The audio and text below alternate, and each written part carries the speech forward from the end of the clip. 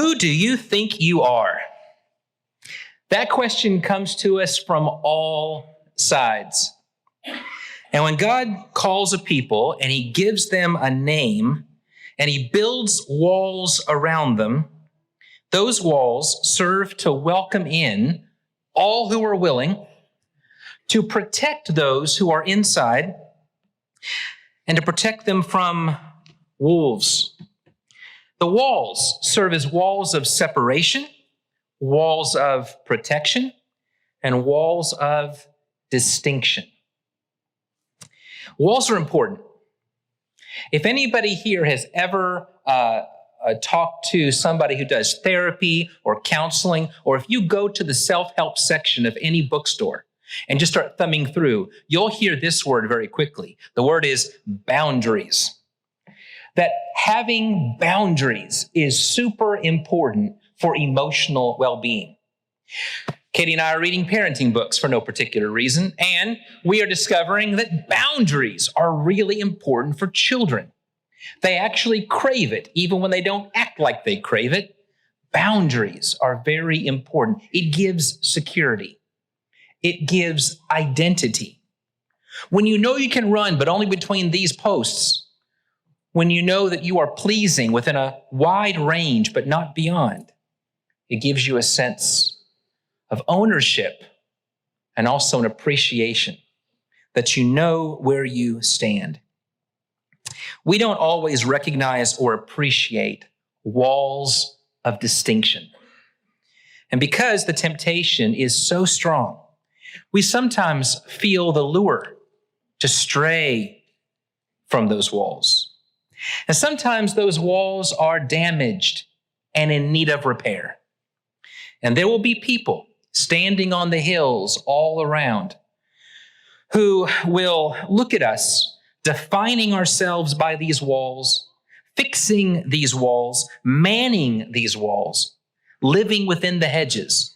And they'll say, just who do you think you are? And I love this quote from Michael Williams, who wrote a book about seeing the gospel through the Jesus lens. We're going to say we are subjects of a wonderful king who grant his people a richer, more enduring, and profoundly fulfilling life than anything available outside the kingdom walls. That's the conclusion. Let's get to the beginning. 14 years have passed since Ezra came and helped build the walls of the temple. So there is a temple there. You can identify it. But the city is still a heap of ruins. There are no concrete borders separating a chosen people from the rest of the world. And I'm reminded of the story of Lot. Do you remember this little tidbit in the book of Genesis? Reading through them for this series has helped me see some things I hadn't seen before. Do you remember that when it talks about Lot, we find out, the writer automatically doesn't want you to like him very much because he and Abraham are talking about land, and Abraham's like, why don't you pick? And he picks the best land, and you're thinking, yeah, that probably tells me a lot about the guy. Well, at the end of that chapter, it says that Lot picked the land, and it had a beautiful view over the city of Sodom. And Genesis, the King James puts it really well. It says, he pitched his tent toward Sodom. Now that means that every night when he went to bed and every morning when he woke up, he was looking upon the city of Sodom. It's not a surprise to me, given that we don't hear about Lot for a chapter and a half, and when he appears again, guess where he's living? He and his family have moved inside. When you have the temple walls built, but the city has no boundaries that separates the people of God within it from the world around it, you know what's going to happen. There's a whole generation. Remember, it's been 14 years. So there are kids who are now teenagers, and all they can remember is living in a land of ruins with no clear boundaries. Boundaries are important for children. They're important for teenagers. They're important for us all. The cupbearer to the Persian king is a man named Nehemiah. And he has heard that the city of Jerusalem is in shambles. His concern is noted by the king. Now remember, we were already reading in the end of Chronicles, and we read in Ezra that God is stirring up the work here. God's working through the hearts and minds and actions of the Persian kings. And the Persian king, who has come to trust and love Nehemiah, gives him full ability to go home to his homeland, to repair the breach, to build the walls.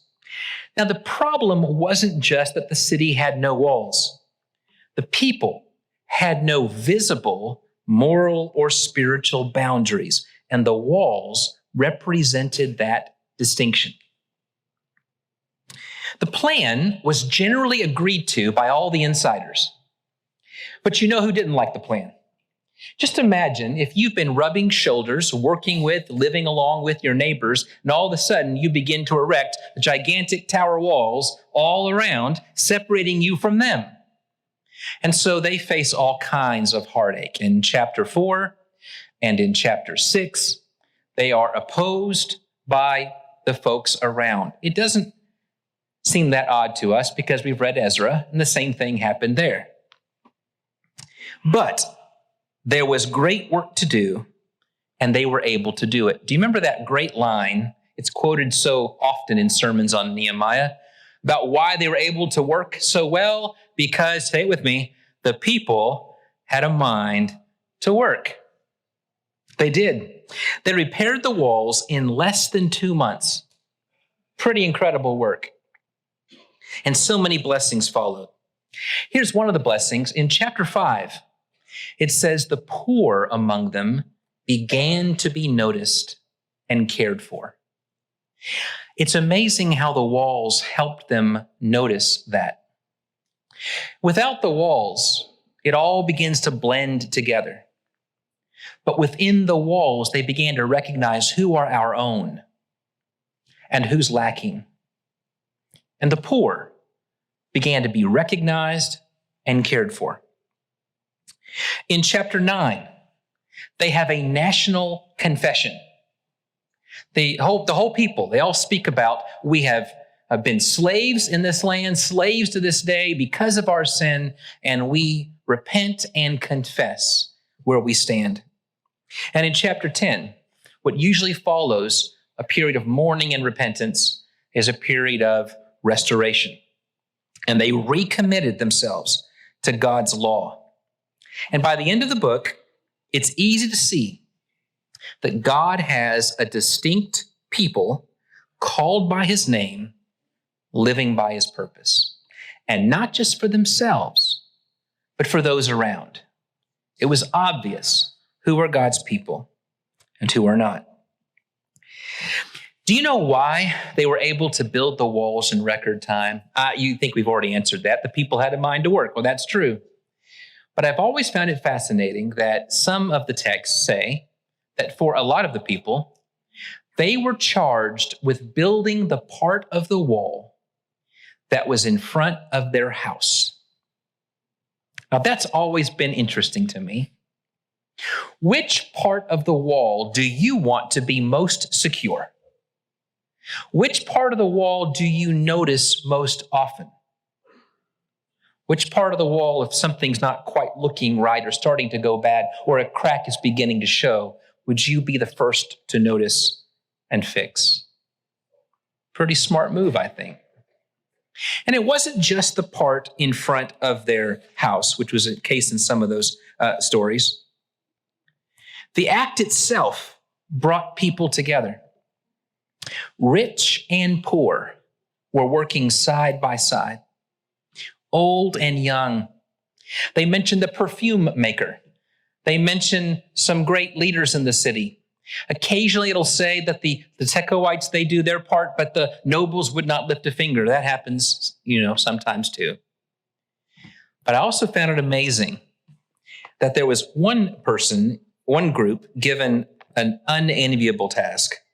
But I want you to see who it was. In verse 14, It says that Malchiah repaired the dung gate. I don't care what version you've got. That's not a job you would enjoy doing. But Malchiah is the son of Rechab, ruler of the district of Beth Haccherem. Repairs the dung gate. He rebuilt it and set its doors, its bolts, and its bars. It all needs to be fixed. And the part you play makes a difference for everybody else. And laying down on the job, doing a poor job, not caring about any part of the job, spells ruin for everyone. I hope you're beginning to hear the gospel in what I'm saying. One people with one purpose, set side by side, regardless of their backgrounds, working for one common good because of the name they've been called, to distinguish themselves from among the nations, recognizing that it's the same God who gave them the right and the power and the ability to go back and restore those walls, that gives them a reason to exist in the first place. There are so many rich themes in this book, and I wanted to point out a couple of them. Christ was not like anyone else. He lived like no one else. And because of him, you and I are called into a body. And according to 1 Peter 2 and verse 9, we are a distinct people. That language is reminiscent of the stories we're talking about. And the writer in 1 Peter 2 is drawing off of all those stories when he says, you are a royal nation, a holy nation, a royal priesthood, God's own special people, set apart. Jesus was hated by all men. And he told his disciples, you will be hated by all men. But here's the rub. Christ could have come in a number of ways. I suppose, at least in theory, Christ could have come as a sage who lived on the outskirts, calling people to come to the outskirts to hear his wise message, and then he would, melt away in the snow. Or he could have simply pronounced his messages from on high. But instead, he became one of us and rubbed shoulders with us. He worked with carpentry or masonry like us. He walked the same dirty roads that we walk. He experienced life, what it's like to buy, sell, and trade, to have a job. Maybe he experienced what it's like to lose a job, text doesn't say. He came to understand what it means to grow up, to experience life. I don't know what all he experienced, but I imagine school days for us and school days 2,000 years ago had a lot in common. Teenagers are teenagers are teenagers. And Christ experienced it all. It's why when he calls people to his table, and you have prostitutes and tax collectors, it's not the first time Jesus is ever rubbing shoulders with people in the world. His whole life was a life of doing business with, serving alongside of the rest of the world. Christ calls us to live within the borders of his kingdom, but his kingdom is like no other kingdom. We're not called to be isolated from the world. I don't know how to draw this map, but in my mind, it's something like a third or fourth dimensional kind of story, where God's kingdom, which is separate and distinct for now, sits right on top of what looks like the world around us. And we, members of his kingdom, still live among the world, but we don't find our home here. We shine like lights in a crooked and perverse generation. It's the language of Philippians. There are things we will not do, but we resist while displaying the character of Christ in the midst of a broken world, not far removed from it. And it's only if we live like Christ lived and bear the scorn that Christ bore and repay brutality with kindness and hope like he did, that the world will ever see the beauty of the gospel. Our pain is heaven's gain. Those walls belong to him. And this is why it's so very important that we live within the walls of the kingdom. It's incredible how much room we have to walk and move and grow. Christ was able to share the message of the kingdom in places that were considered seedy by polite society. And he was able to share the gospel of the kingdom in synagogues and in homes where people gathered, and with lepers, and in caves, and on boats in the middle of the sea.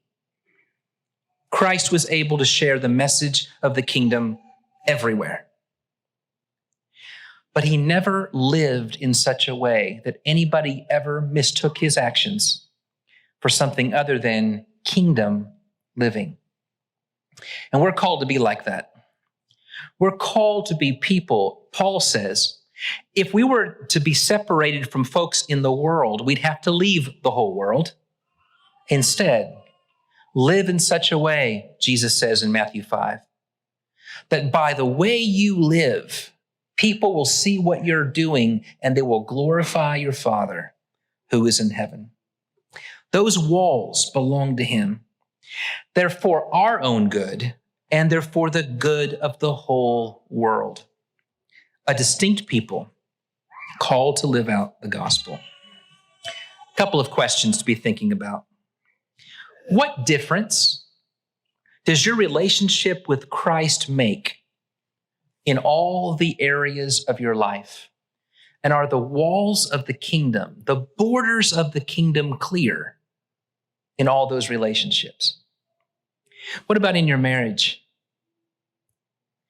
There's plenty of room within a marriage when your spouse is hurting and straying. You, carrying the gospel and the Spirit of Christ, can go to the farthest depths as Christ runs everywhere to reach lost sheep. But you go in the power and the Spirit of Christ because the walls of the kingdom protect you. But you must not join even your spouse in that which is unholy.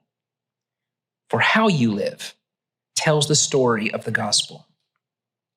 What about in your friendships, in your career, in your student life, in your work life? It might be tempting to say, I won't hang around anyone, anywhere that does or says anything other than what I would do or say. It's possible to do that. But look at Christ, who shows us what it looks like to live within the kingdom walls in the presence of those who don't know that the kingdom is available even for them.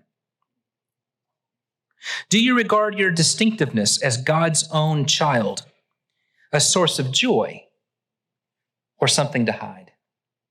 A few years ago, I had a friend. I have some now too. A few years ago, he's an introvert, and he was reading a book in an airport, and he wears a cross around his neck. And he is a preacher, and sitting down from him in the airport was a woman who just began sobbing. She just began sobbing. And my friend said, I began to ask myself the hard question. Do I keep my cross hidden below my shirt, which allows me to keep reading my book? Or do I pull it out, which would symbolize to her, I'm somebody who's here to help? And he said, he pulled it out. And the woman saw it. And he said, is there anything I can do to help you? And of course, the answer was yes. I don't think we have to hand out hats that tell everybody where we go to church or what we believe. But would our lives look different if we always wore those hats? It doesn't necessarily mean that we wouldn't have the same connections in our lives, but it might say something about how those connections think about us. Do they know? Do they know that there's something different about us? Is there any visible distinction between your life and the life of someone who does not know Christ? Let the borders of the kingdom be visible in me. Would anybody look at your life and be able to see that you are a believer? Or would they think of you as a stealth Christian, undetected? These are the questions that I find myself asking. I appreciate Michael Williams for bringing those up in his book. And I begin to think about the story of Nehemiah. Once you build the walls, it does protect you, but it also identifies you. And identity carries with it responsibility. Is there anything that we can do for you tonight? Is there any reason why you need the prayers of your brothers or sisters? Whatever it is, may the story of Nehemiah encourage us to know that God is with his people. He calls us to be distinct. He gives us the responsibility, but he also says, carry me with you wherever you go. For his kingdom is a spiritual kingdom, and he wants it to flood the earth.